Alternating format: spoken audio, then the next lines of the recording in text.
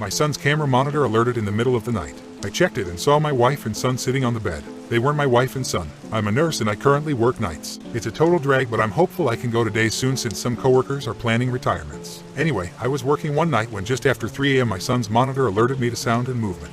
No big deal at all. He probably coughed loudly or sneezed or something. He's 3 now, so he generally sleeps all night. I bring it up on my phone and I see him and my wife sitting on the bed. Again, no big deal. He might have cried out or gotten scared or something. I was about to close the app when I noticed they were acting strange, almost creepy. And when I say almost creepy, I mean creepy as balls. They were sitting on the bed together, both of them just staring up at the camera with blank, emotionless stares. The night vision is black and white, so they had white, eerie-looking eyes. They didn't move at all aside from their visible breathing. They just sat there staring at the camera. I close the app and give my wife a call to make sure everything is okay. I never get to call home on lunch, so in a way this is kind of nice to get to talk to my family while at work. It rings a couple times before she answers with a very groggy hello. It was like she was dead asleep when I called and she looked wide awake when on the camera. Hey, you guys okay? Huh, yeah. Buddy came in like 15 minutes ago. Seemed scared, so I said he could sleep with Mama. I'm confused here since I saw them in his room a minute ago. Literally 60 seconds had passed since I closed the app and made the call. Wait, so you guys are in bed? Yeah, I fell back asleep right away. Everything okay? Everybody keeps waking me up. She's kind of annoyed. Hang on a sec. I put her on speaker and bring up the app, hoping I don't see it. When the app loads, I get that pang of intense nervousness in my stomach that I haven't had in a long time, since I was a kid in school and realized while I was eating breakfast a paper or something was due that day and I hadn't done it. My heart leaps into my throat. My wife and son are sitting on his bed looking up at the camera, same emotionless stares. Hello, you guys are in bed, right? Yeah, we're trying to sleep. Well, I'm looking at his camera and I see you two sitting on his bed. Huh, no, we're in our bed. I know that's what you mean, but I'm looking at his bed and you two are in there. Hang on, she says. She's quiet for a sec while she brings up the camera on her phone. I hear this guttural, terrified gasp, like she had sucked all the air in the room into her lungs, filling them to capacity. I don't hear this kind of gasp from my wife often, usually only when she's truly afraid, like during a jump scare in a movie or one time when we turned her back on our son for literally a second and he was down by the mailbox inches from the road. I hear rustling of sheets and the line goes dead. Of course, now I'm absolutely terrified myself, so I immediately call back. It goes to voicemail, so I call again. I call again and again with no answer. Finally, after about 4 minutes, she calls me. I tell you that 4 minutes felt like 40 years. Hey, what's happening? I ask. She's absolutely hysterical and crying. I can't understand a word she says. Stop. Slow down for just a second, I say. She slows down enough to explain they are in the car and driving to her parents. She looked at the camera and when she saw what was on it, she got up and grabbed our son and rushed downstairs and out the door. Didn't even close the garage. Don't worry about it, I said. I'll drive by when I get off and close it. We live in a generally safe neighborhood, so I'm not too concerned the door is up.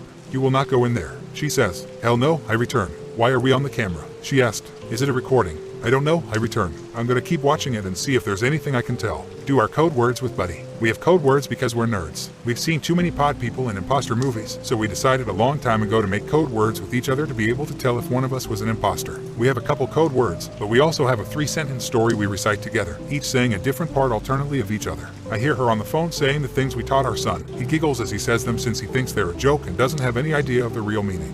We're both convinced he's our son. My wife then says our part and I'm convinced she's her. We made up these words as a complete joke to ourselves. I never once in my life ever imagined we'd actually need them. Unreal. She got to her parents safely and it was hard to hang up. I told her we'll figure it out in the morning, hopefully just a glitch. She said she didn't think it was a glitch. When she was running out, she had to run by our son's room and the door was open. There's a little flashing light on the back of the camera that indicates it's connected to the internet. It gives off just enough light that when she ran by, she thought she saw, out of the corner of her eye, a shadowy outline of what could have been an adult sitting on our son's bed. It sends chills down my spine to think about. Knowing they were safe and out of the house is the only thing that kept me at work that night. It was a long 4 hours, but I kept checking the camera every chance I got. Sure enough, they were still sitting on the bed staring up at the camera with emotionless gazes. I studied them to see if I could see any pattern, from their breathing to their blinking. Their breathing was steady and looked normal. It was their blinking that would tell me if this was just some kind of bizarre, time-loop freak accident video or not. I intently stare at my phone and count the seconds between each blink, telling myself if this is a loop, then their blinks should be even and occur at the same time each time. There was no pattern to their blinking. It was erratic and random, just as a person blinking should be. The passing hours are what finally sealed the deal that this was not a weird loop video of some kind. My son's window is visible on camera and I can see on camera that it is getting lighter outside his room.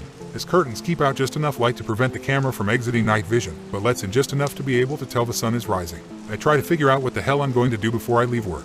Calling the police comes to mind, but I talk myself out of it. First of all, what am I supposed to say? Someone is in my house that looks like my wife but isn't. Worse yet, what if they are entities of some kind and the police do go over and it kills them or something? I decide to tell coworker about it. He's a firm believer in the paranormal and might have a suggestion. I show him the video and tell him the story. His initial response of "that's creepy as fuck" doesn't help much, but he says he wants to go over and check it out.